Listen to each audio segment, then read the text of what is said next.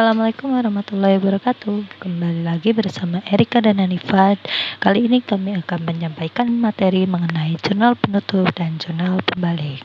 Oke, langsung saja. Apa sih jurnal penutup itu? Yaitu jurnal untuk mengenalkan saldo perkiraan sementara agar perusahaan mengetahui laba atau rugi selama satu periode akuntansi. Nah, tujuannya apa aja sih? Yang pertama yaitu menutup saldo akun perkiraan sementara, dan yang kedua agar saldo rekening sesuai keadaan pada akhir periode akuntansi. Lalu akun-akun apa aja sih yang perlu ditutup? Yang pertama yaitu akun pendapatan di debit pada ikhtisar laba rugi di kredit. Akun yang kedua yaitu beban ikhtisar laba rugi di debit pada akun beban di kredit. Yang ketiga yaitu laba rugi. Nah, untuk penulisannya, jika laba ikhtisar laba rugi di debit dan modal di kredit, lalu jika rugi modal di debit ikhtisar laba rugi di kredit. Yang keempat yaitu akun prive dengan penulisan modal di debit dan prive di kredit. Nah, bagaimana prosesnya? Yang pertama yaitu memindahkan saldo akun pendapatan dan beban ikhtisar laba rugi sehingga saldo pendapatan dan beban selama satu periode akuntansi yang diakui tampak pada akun ikhtisar laba rugi. Yang kedua, memindahkan saldo akun ikhtisar laba rugi ke akun modal pemilik. Yang ketiga, memindahkan akun prive pemilik ke akun modal pemilik. Lalu contohnya bagaimana? Dapat dilihat yang pertama yaitu akun pendapatan yang seharusnya dikredit menjadi didebit dengan akun ikhtisar laba rugi di kredit. Yang kedua yaitu ikhtisar laba rugi di debit dengan akun beban atau biaya yang seharusnya didebit menjadi dikredit. Untuk nominal ikhtisar laba rugi sendiri merupakan jumlah dari seluruh nominal akun biaya atau akun beban. Nah, yang ketiga yaitu akun ikhtisar laba rugi di debit dan akun laba ditahan di kredit. Nah, untuk yang keempat pun sama. Selanjutnya yaitu kita akan membahas mengenai neraca saldo setelah penutupan.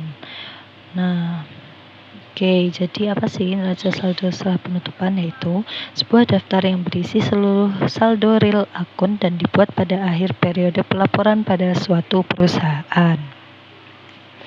Nah, tujuan penulisannya untuk apa? Tujuannya sendiri untuk memastikan apakah antara pengeluaran dan pendapatan perusahaan seimbang atau tidak. Nah, contoh penulisannya sama seperti neraca saldo setelah buku besar, tidak ada yang berbeda. Lalu materi selanjutnya yaitu jurnal pembalik atau jurnal untuk membalik jurnal penyesuaian yang menurunkan akun neraca. Jika tidak dibalik akan terjadi akun ganda. Karena itu tujuannya yaitu ada 4. Pertama, mempermudah pencatatan transaksi pada awal periode akuntansi yang baru. Yang kedua, menyederhanakan penyusunan jurnal pada periode akuntansi. Yang ketiga, minimalkan kesalahan. Dan 4, yang menghindari terjadinya double account. Nah, akun-akun yang perlu dibalik yaitu persekot beban atau beban dibayar di muka yang dicatat sebagai beban, pendapatan diterima di muka atau utang pendapatan yang dicatat sebagai pendapatan. Yang ketiga yaitu beban yang akan dibayar atau utang beban.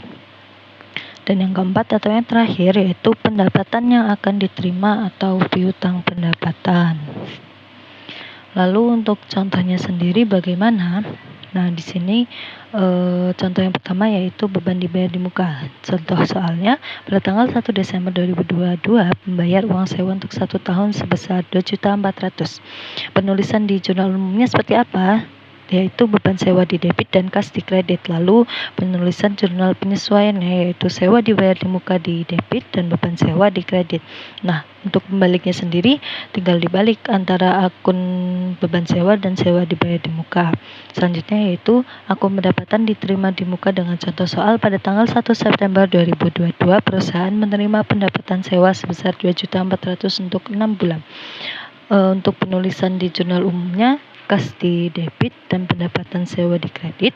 Lalu jurnal penyesuaiannya yaitu pendapatan sewa di debit, sewa diterima di muka di kredit, dan pembaliknya Dibalik dari penyesuaian sewa diterima di muka di debit dan pendapatan sewa di kredit.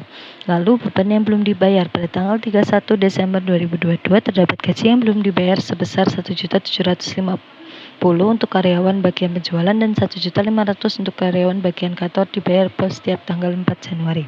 Untuk penulisan jurnal umumnya, beban gaji bagian penyesuaian dan beban gaji karyawan kantor di debit dan utang gaji di kredit. Lalu untuk penyesuaiannya utang gaji di kredit dan beban di debit lah.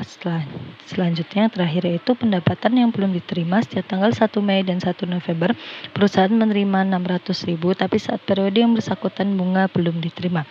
Untuk penulisannya sendiri piutang bunga 600.000, pendapatan bunga itu di debit dan pendapatan bunga 600.000 di kredit. Untuk penyesuaiannya seperti terlihat dapat di gambar. Nah, sekian materi yang dapat kami sampaikan. Terima kasih. Wassalamualaikum warahmatullahi wabarakatuh.